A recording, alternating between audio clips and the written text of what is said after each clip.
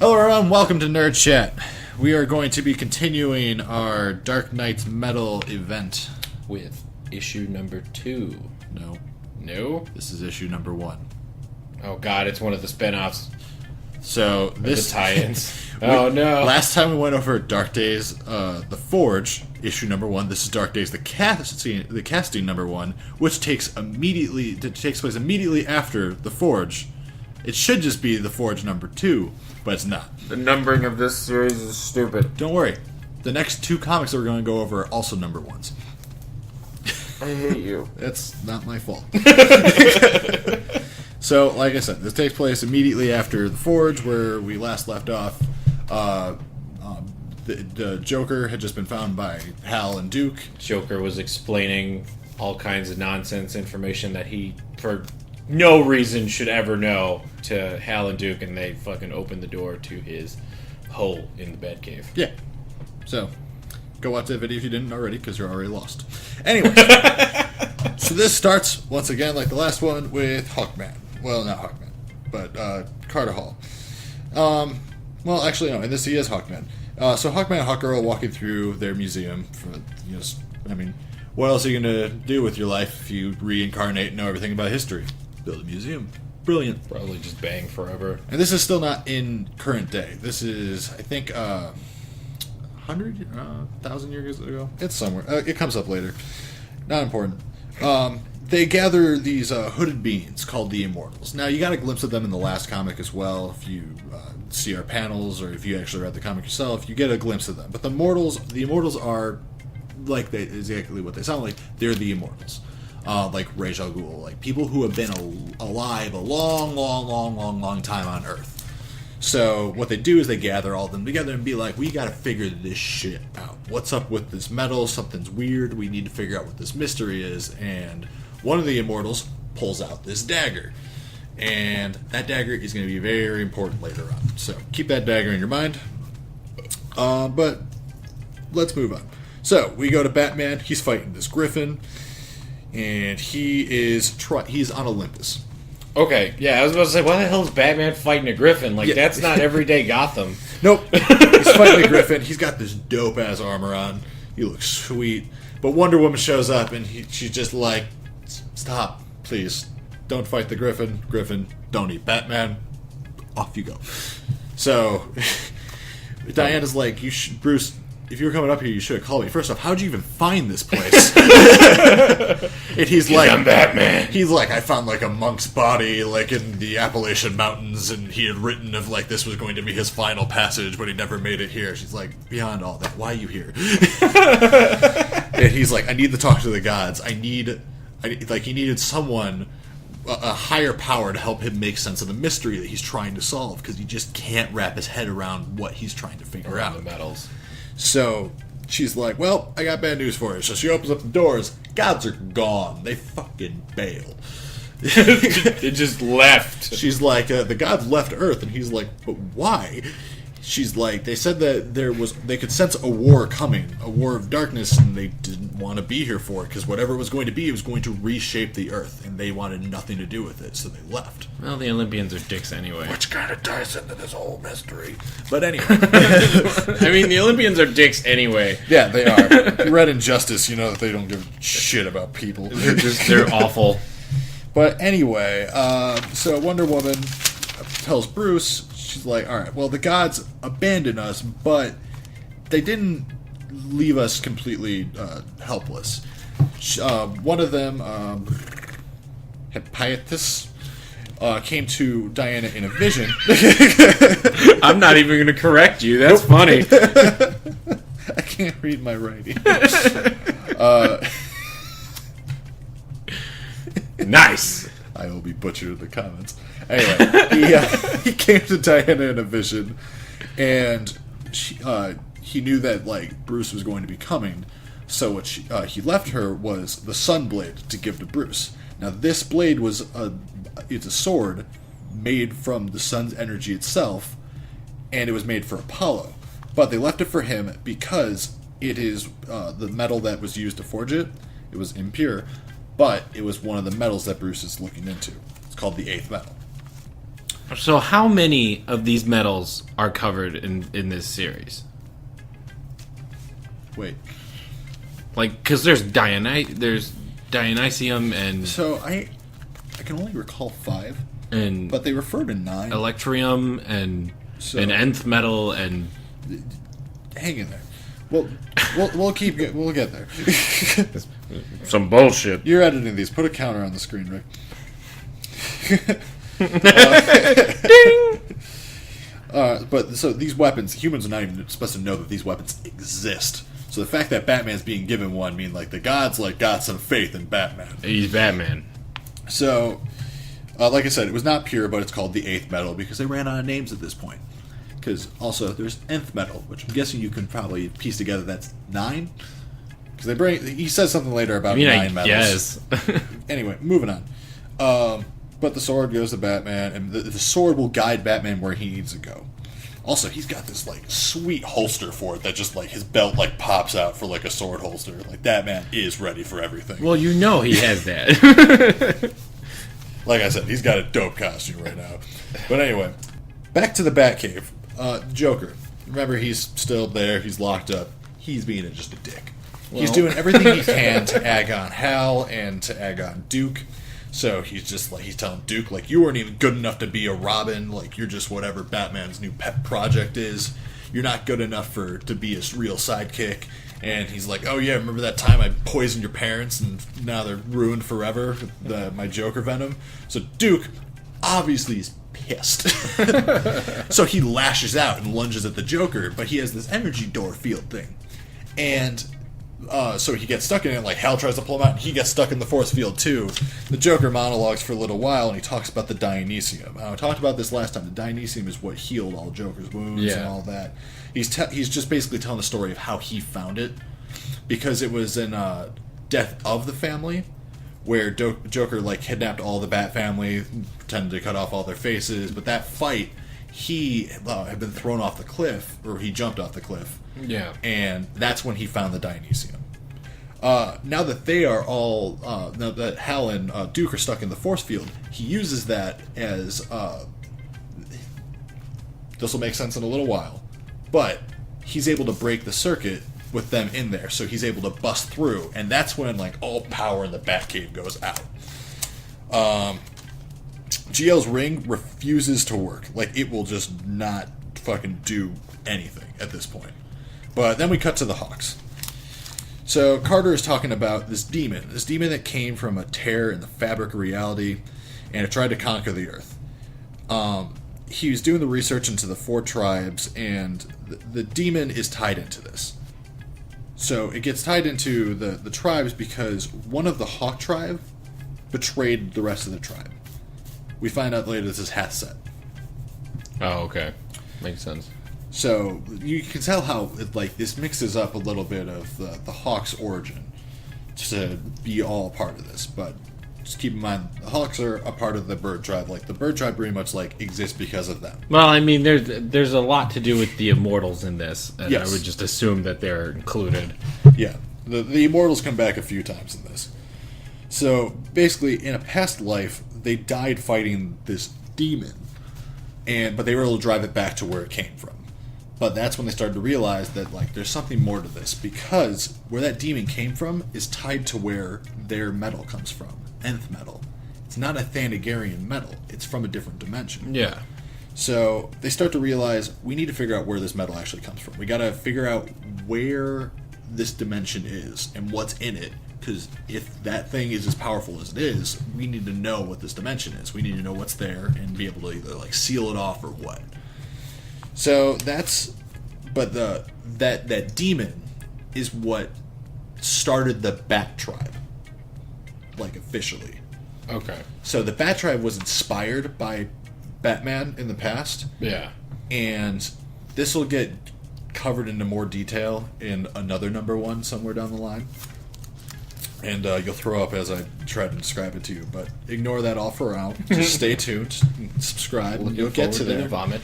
Anyway, so they learned, like I said, the metal was cursed, and it comes from this dark, and they need to figure out where. So in an attempt to learn more about their nth metal, they assemble the Immortals. and they mount this expedition into the darkness, the dark dimension. And there's like this weird like mountain cave. In order to get a hone-in on the signal, they use this dagger that had been brought up before. Because the dagger is also made of special metal, so they need to figure out, or they can use that to hone the signal because it's all from that same weird dimension. So they all, well, not anyone, everyone but the Hawks go inside for like their expedition team. Not all of the Immortals are there. Actually, I don't know if this expedition team is the Immortals. I don't think it is. But anyway, they send this expedition team in there, and the mountain gone, blows up, and they're like. And then that demon from before pops up, and he just, like, comes up, and, like, his eyes are, like, at the windows of their little observatories, like, sup? And Hawkman is, like, narrating all this in his mind, and he's, like, he like, looked into the eyes, and it's like, those eyes are waiting for something, for someone, but he doesn't know what. But then he disappears, and we go back to Batman. Batman, he's just chopping through walls somewhere in an Arizona desert, and he gets inside, and then he's like looking around trying to figure out where, if anyone's in there, like why he was led here, because the sword led him here. He doesn't know why. And what's his name? Dublix, fucking the Cadmus dude with the horns, the titled kinetic abilities. He's in Young Justice. Yeah, I don't remember what his name is. It's Dublix. I know it's supposed to be like a play on like Double Helix for his name. I don't recall how to actually pronounce it. I know who he is, but I don't know if don't I they just call him name X right. in Young Justice? I think they do. So anyway, he finds out this is an old Cadmus base. Now he uses his like his psychic abilities to like try to like show Batman this image of like the past and like kind of what happened. It's very short lived because he either passes out or dies. I think he dies. Anyway, okay. Talia's behind him, and she's like, "Hello, beloved." And he's I like, hate Talia so and much. Batman's just like, "Oh my god, what?" Selena stabs you again. So, but she is actually why he was led here. Apparently he was looking for her because she explains what happened in the past. And it was... I thought I wrote it down here. 100 years ago. Yep, 100 years ago. That's when this the cave exploded. I knew I wrote it down somewhere. But she explains the events of that because Raish was there. So he was able to pass down that information. And what does she have? Oh, it's the dagger. So, the dagger I told you to pay attention to, she hands it over to him, and he trades the sword for it. Because like, this is the next piece of the puzzle, he needs it. And I want to remind you that Wonder Woman was very particular about, do not trade this sword for anything. And Batman doesn't anyways. Yeah. So, like, the second she was like, don't trade this sword, I was like, you're going to trade that sword. So she trades, he trades the sword for the dagger, and the dagger has lightning bolts on it, and she says that this dagger... if you listen, you can still hear the whispers of the owner of this dagger. Shazam! Oh my god. The Rock of Eternity might be one of those. The storyline is a damn mess. Yeah, it is everywhere. So anyway, Batman has the dagger now. So we go back to the Batcave, and Hell's Ring still not working at all. Joker is smashing up this machine, and this is the machine that Bruce used to get his memories back. Duke and Hal don't know what this machine is, but the Joker does, and he's like, Batman cannot use this machine, it needs to be destroyed, and Hal's like, stop breaking Batman's stuff, and he's like, don't you understand, like, this is what your Guardians sent you to do. You have to break this machine so Batman can never use it again. And he doesn't understand remotely what he's even talking about. So, I don't understand what he's talking about. They're in a big fight. Joker's got a crowbar. Of course he's got a crowbar. Hal gets knocked out of the fight, and Joker starts a fight with Duke. And that's when he starts to tell Duke, he's like, you still don't get it, do you? Like, you're Batman's little pet project. Do you think that... Do you not understand why he has you here? Do you not understand why he keeps you around? And that's when he explains one of the biggest reveals that we've had in the DC universe in a long, long time. So, basically what happens when a person is born, they're tested for something. They're tested to see if there is this weird metal in their blood. Now, if someone does have that metal,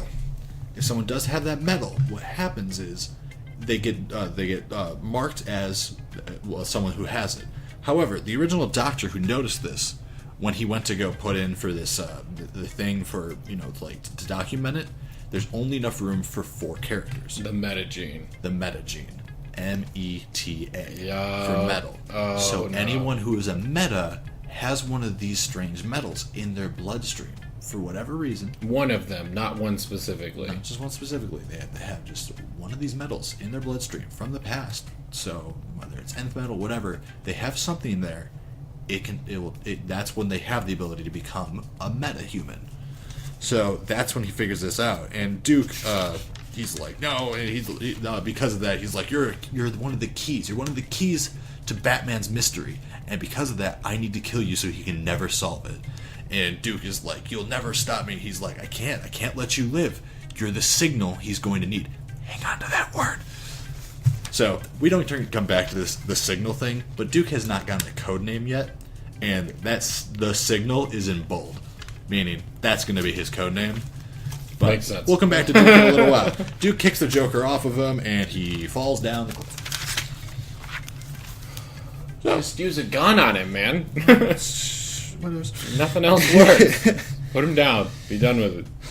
But like I said, Hal's ring wasn't working. So, what was he going to do? He went to go find something to fight back with. And as Duke falls, he lands onto the Batwing that raises up, and it points at the Joker, and he's like, you may have forgotten something. I'm more than just this fancy ring. Before this, I was an Air Force pilot. And the Joker's just like,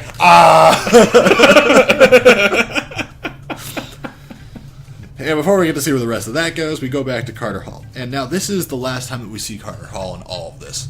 So this is the most modern day version of him. This is not modern day, but this is the most modern version of Carter that we can find. The last time we see him in this issue, or the last time we see him in Dark Knight's Metal? So far, this is the last I've seen him in Metal. Okay. Hawkgirl does show up later. Okay.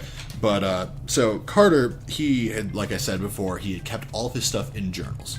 Everything that he learned over his multiple lives, he kept them in journals. And as he's going over them, he finally figures out a way to go into the dark dimension.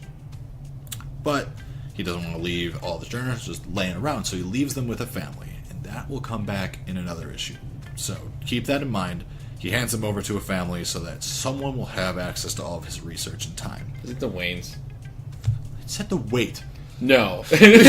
I'm not going to tell you. If it is, I'm going to yell at you. I'm going to laugh in your face. So, he leaves all of his journals behind, and he goes through this, weird magic-looking portal thing. It's not super described how it gets made or whatever, but he goes through, and we assume that he goes to the Dark Dimension. That's it. That's the last we see of Carter. Then we go back to the Batcave. Duke and Hal are in the Batwing and has, this big cloth thing that's hanging on the Joker, and Batman just, looks around the corner and is like, what the hell did you do to my cave? But they explain, why do you have the Joker here? And Hal and Bruce get into this huge bickering match. He's like, you have the Joker locked up in your basement. That is not okay. We have laws, and you are breaking them. The League has, we have to fall into a certain line. And he's like, I needed him. He was the key to this mystery. What? This weird conspiracy theory that you can fill in all the gaps that you can't figure out? From what you told us about the League, you don't even know if this is the actual Joker. Because this is, remember, there's apparently three. Yeah. That has yet to be discussed, by the way. Yeah, I've been wondering about that for a while. I was like, when are they going to... I thought it would be answered by now, but no. I'm reading Batman, and it's not answered. I'm reading every type of Batman that is coming out, and it's not answered.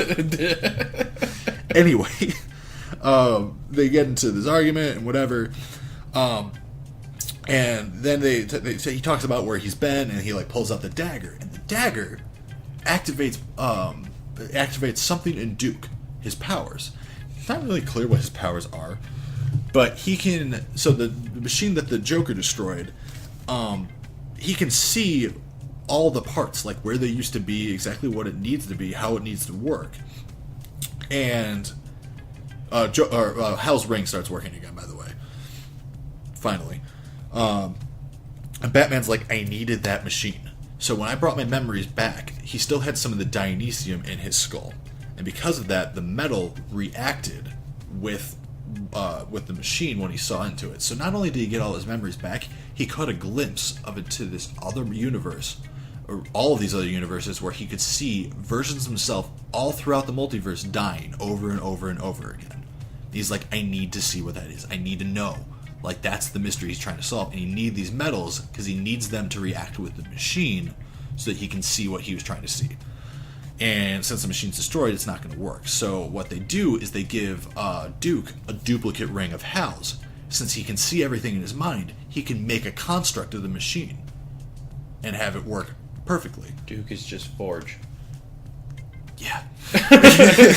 Kind of. Come on now. That seems to be the case. But anyway, so Batman goes on the machine and tries to look in, and he doesn't see anything. Literally nothing. All he sees is darkness.